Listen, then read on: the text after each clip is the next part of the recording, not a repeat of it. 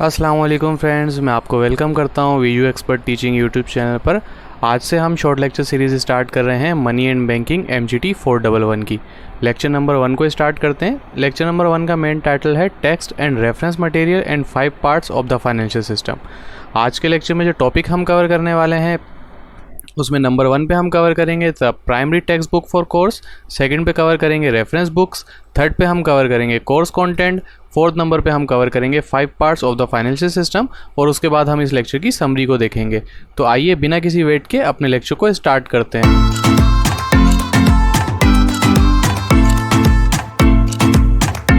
जी तो फ्रेंड्स, जैसा कि हमने स्लाइड्स में देखा, लेक्चर नंबर 1 का मेन टाइटल है text and reference material and 5 part of the financial system.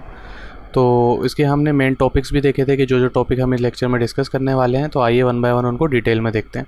Number 1 पे हमने देखा था the primary text book for the course will be, कि इस कोर्स के लिए जो प्राइमरी टेक्स्ट बुक यूज़ हो रही है वो कौन सी है। तो जो रिकमेंड की गई है टेक्स्ट बुक हमें, उसमें है money banking and financial market by Stephen ji. International edition है, मैकग्रो हिल पब्लिशर्स ने इनको पब्लिश किया है और उसके बाद ये इसका ISBN नंबर दिया हुआ है।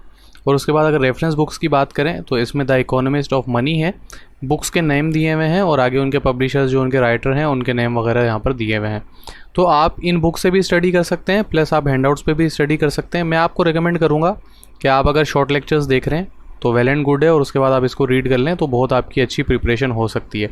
हाँ, अगर कोई बहुत ज़्यादा डिटेल में देखना चाहता है तो वो इन बुक्स को भी स्टडी कर सकता है। जैसे यहाँ पर हम आगे चल के एक कोर्स डिस्कस कर रहे हैं मनी एंड पेमेंट सिस्टम, तो आप इस बुक को डाउनलोड कर सकते हैं अपने पास। अब किस तरीके से आप डाउनलोड करेंगे ये मैं आपको बता देता हूँ। देखें, बुक को डाउनलोड करने के लिए आप सबसे पहले क्या करेंगे, बुक का टाइटल जो हैंडआउट के अंदर दिया हुआ है उसको कॉपी कर लेंगे, उसके बाद यहाँ पे पेस्ट करेंगे गूगल की सर्च बार के अंदर। अब यहाँ पे देखिए, गूगल की सर्च बार पे पेस्ट करने के बाद नाम आपने आगे एक चीज़ करनी है, आपने लिखना है EXT के बाद उसके बाद ये डबल कॉमास आते हैं, डबल फुल स्टॉप आते हैं। इसको कौन सा साइन कहते हैं, सॉरी इस टाइम मेरे जहन में नहीं आ रहा है इसका नाम। ये आप कीबोर्ड के ऊपर देखेंगे तो शिफ्ट के ऊपर एंटर का बटन होता है राइट हैंड साइड के ऊपर, उसके बराबर में इन्वर्टेड कॉमास का बटन है, उसके बराबर में बटन होता है। शिफ्ट दबा के जब आप इसको प्रेस करेंगे तो ये वाला साइन आपके पास आ जाएगा। उसके साथ आप लिख देंगे PDF। इससे होगा क्या, गूगल सिर्फ आपको वही पेजेस दिखाएगा जहाँ पर ये PDF फॉर्म में ये बुक पड़ी हुई है। अब देखें, मैंने पहले से सर्च किया हुआ है यहाँ पर। अब देखें, ये PDF फॉर्म में यहाँ पर बुक्स पड़ी हुई है, तो इसमें से आप किसी भी लिंक को ओपन करेंगे तो वहाँ पे ये कॉपी हो जाएगा, डाउनलोड होना शुरू हो जाएगी फाइल। इस तरीके से आपकी बुक जो है वो आपके पास डाउनलोड हो जाएगी एंड देन आप यूज़ कर सकते हैं उसको। ठीक है, इसमें ये होगा कि बिल्कुल आपको सेम बुक नहीं मिलेगी, यानी कि इंटरनेशनल एडिशन जो है वो नहीं मिलेगा, सेम बुक आपको नहीं मिलेगी, इंटरनेशनल एडिशन जो है वो आपको नहीं मिलेगा। लेकिन आपको जैसे यहाँ पर जो है अगर आप रीड करेंगे तो 4th एडिशन मिल रहा है, और इसी तरीके से यहाँ पे हो सकता है इंटरनेशनल एडिशन जो है वो मिल जाए। तो आप मुख्तलिफ वेबसाइट से डाउनलोड करके इसको देख सकते हैं। अगर आपको मिल जाए वेल एंड गुड, आप उससे भी स्टडी कर सकते हैं। नहीं तो मैंने आपको बताया कि हैंडआउट से अगर आप स्टडी करते हैं तो ये भी आपके लिए वेल एंड गुड है। तो ये हो गया टेक्स्ट बुक और रेफरेंस बुक, इसको आप देख लीजिएगा कि आपको चाहिए या नहीं चाहिए। दूसरा हम यहाँ पर देखते हैं कोर्स कंटेंट, कि इस कोर्स के अंदर हम कौन कौन से टॉपिक्स हैं जिनको पढ़ेंगे।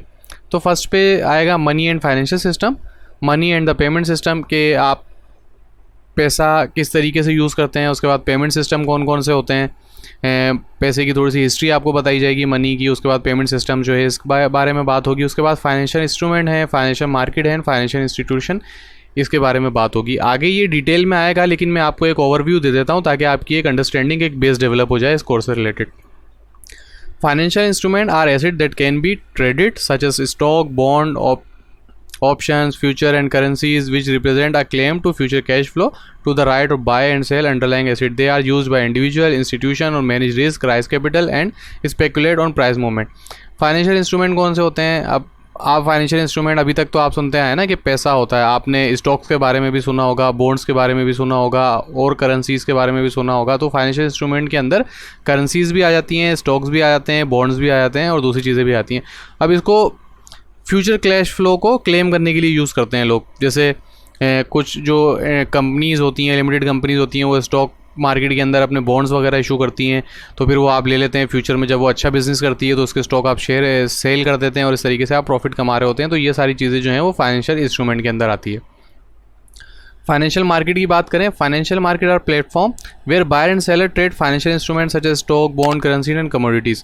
अब फाइनेंशियल मार्केट, जैसे कि आपने स्टॉक मार्केट का नाम सुना हुआ होगा, तो स्टॉक मार्केट के अंदर हम जो कंपनीज़ होती हैं वो अपने स्टॉक्स वगैरह, शेयर्स वगैरह वो इशू करती हैं और उसके बाद जो है वो वहाँ पर बायर्स जो है उसको ख़रीद रहे होते हैं, और जब वो एक तरीके से अपना प्रॉफिट बेस कर रहे होते हैं और कंपनीज़ जो है वो इस तरीके से अपना कैपिटल रेस कर रही होती हैं, तो ये ट्रांजेक्शन जिस प्लेस पे हो रही होती है उसको हम फाइनेंशियल मार्केट कहते हैं। इसमें प्राइमरी मार्केट भी होती है, सेकेंडरी मार्केट भी होती है। अभी आपको इसको लेकर परेशान होने की ज़रूरत नहीं है, आगे जब ये टॉपिक आएगा तो हम डिटेल में इस पर डिस्कस करेंगे। उसके बाद फाइनेंशियल इंस्टीट्यूशन की बात हो रही है। फाइनेंशियल इंस्टीट्यूशन कौन से होते हैं? वैसे तो बैंक्स वगैरह होते हैं, जैसे कि यहाँ पर दिया हुआ है banks, credit unions, insurance companies, asset management firms and investment banking, ये सारी चीज़ें जो होती हैं ये फाइनेंशियल इंस्टीट्यूशन होते हैं, जहाँ पर लेंडर्स होते हैं, बोरोवर्स होते हैं, यानी कि एक बंदा लोन दे रहा होता है, दूसरा बंदा लोन ले रहा होता है। इस तरीके की चीज़ें जो हैं वो ट्रांसफ़र ऑफ ट्रांजेक्शन्स वगैरह हो रहे होते हैं। तो ये सारी चीज़ें कहाँ पर हो रही होती हैं? फाइनेंशियल इंस्टीट्यूशन के अंदर हो रही होती हैं। उसके बाद हम इंटरेस्ट रेट, फाइनेंशियल इंस्ट्रूमेंट और फाइनेंशियल मार्केट्स में पढ़ेंगे, फ्यूचर वैल्यू पढ़ेंगे, present value, interest rate, understanding risk वगैरह क्या होते हैं, bond, pricing and determination of interest rate किस तरीके से करते हैं, risk and the term structure of interest rate, stock market and market efficiency. अब मार्केट एफिशिएंसी के बारे में पढ़ेंगे हम। फाइनेंशियल इंस्टीट्यूशन कौन कौन से होते हैं, इकोनॉमिक और फाइनेंशियल इंटरमीडिएशन क्या होता है? Financial intermediation refer to the process by which financial institutions such as bank, credit union, other financial intermediaries channel fund from saver to borrowers। यानी कि इसमें क्या होता है कि एक जो सेवर्स होते हैं, कुछ लोग जो होते हैं, आप बैंक में सुनते होते हैं कि भाई सेविंग अकाउंट खुलवा लें। जब आप सेविंग अकाउंट खुलवाते हैं तो उससे होता क्या है कि आप एक अरसे तक अपने पैसे अकाउंट के अंदर रखते हैं, तो उस पर आपको एक प्रॉफिट मिल रहा होता है, इंटरेस्ट मिल रहा होता है। उसमें क्या होता है, वो बैंक किस तरीके से आपको सेविंग के ऊपर इंटरेस्ट दे रहा होता है, प्रॉफिट दे रहा होता है, तो बैंक क्या करता है, उसको किसी और बोरोवर को दे देता है। तो आप इस सिचुएशन में जब आपने सेविंग अकाउंट खोला, बैंक में पैसा रखा, तो आप सेवर कहलाएंगे, और जो दूसरा बंदा जो वहाँ से फंड वगैरह ले रहा होगा वो बोरोवर कहलाएगा। तो इस तरीके से बैंक जो है वो बिजनेस कर रही होती है अपना। डिपॉजिटरी इंस्टीट्यूशन होते हैं बैंक एंड बैंक मैनेजमेंट वगैरह किस तरीके से होती है। फाइनेंशियल इंडस्ट्री स्ट्रक्चर है, रेगुलेटिंग द फाइनेंशियल सिस्टम है।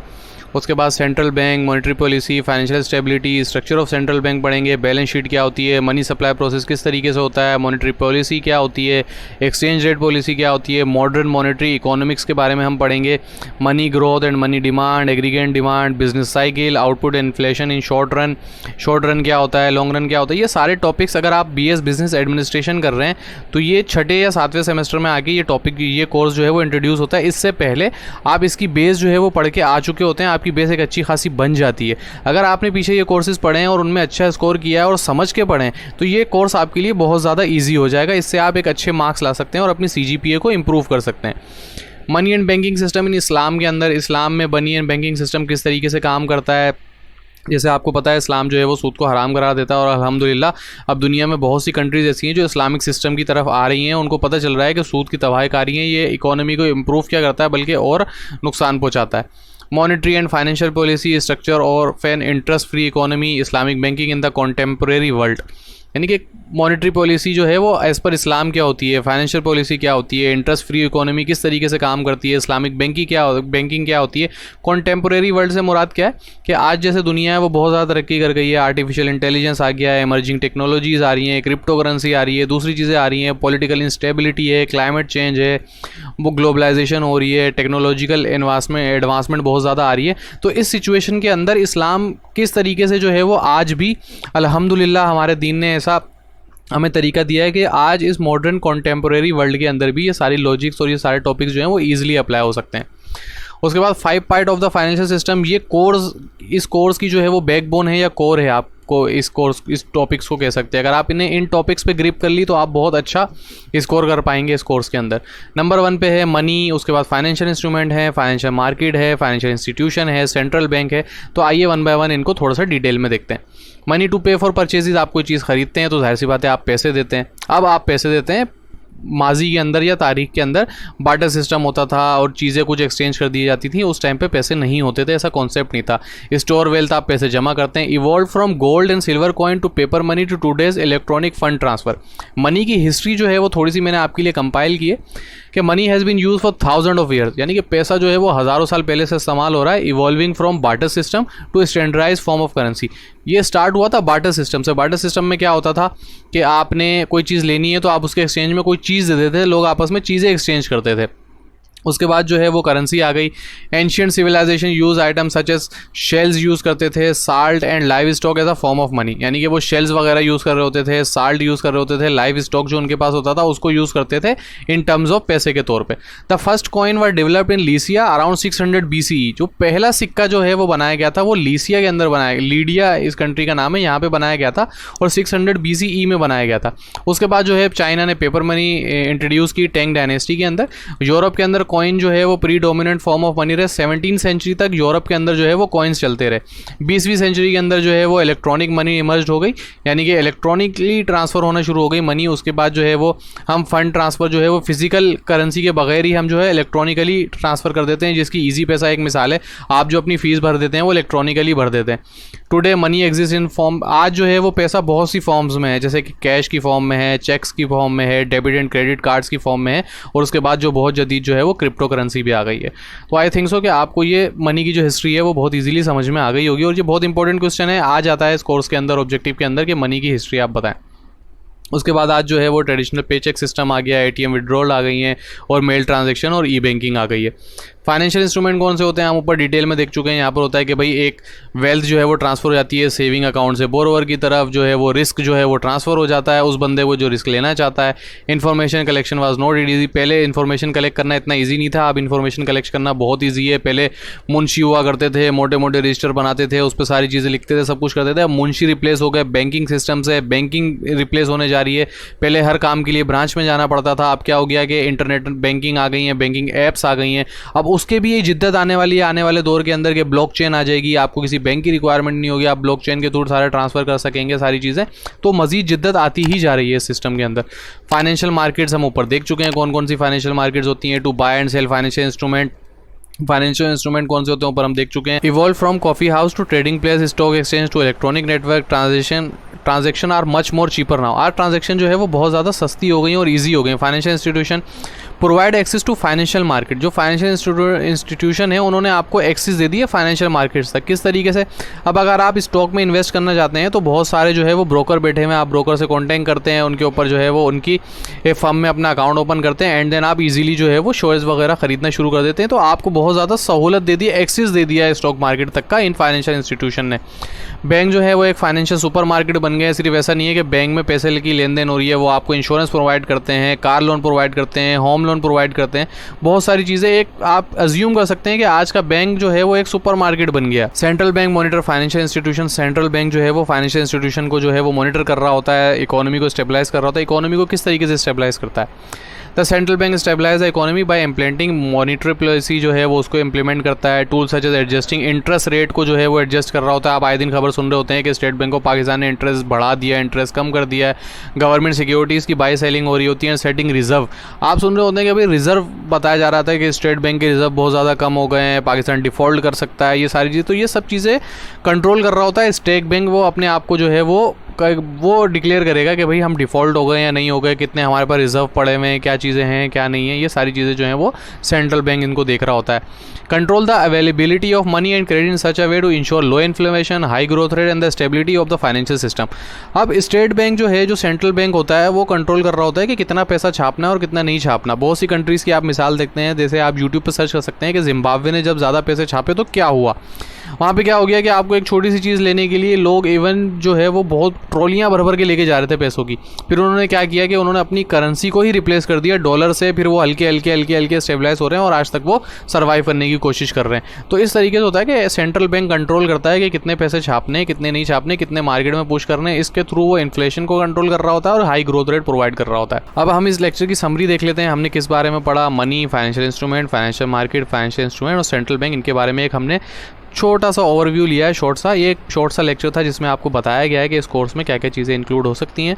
तो उम्मीद करता हूँ आपको ये लेक्चर समझ में आया होगा। वीडियो को लाइक करें, शेयर करें, चैनल को सब्सक्राइब ज़रूर करें। दूसरा, अगर आपको कोई सवाल है तो आप कमेंट सेक्शन में मुझसे पूछ सकते हैं। अगर ये हाईलाइटेड हैंडआउट्स आपको चाहिए विद नोट्स, जैसे ये स्टिकी नोट्स लगे हुए, तो वीडियो के डिस्क्रिप्शन में मेरा ईमेल आईडी मौजूद है, व्हाट्सएप ग्रुप का लिंक मौजूद है, फेसबुक पेज का लिंक मौजूद है। जो तरीका आपके लिए सूटेबल है उससे हमसे कॉन्टैक्ट करें, हम फ्री ऑफ कॉस्ट ये नोट्स आपको प्रोवाइड कर देंगे। हमें आपसे कोई पाई पैसा कुछ नहीं चाहिए, हमें बस आपकी सपोर्ट चाहिए कि चैनल को सब्सक्राइब ज़रूर कर दें। आज की वीडियो में इतना ही, मिलते हैं अगली वीडियो में। जब तक के लिए अल्लाह हाफिज़।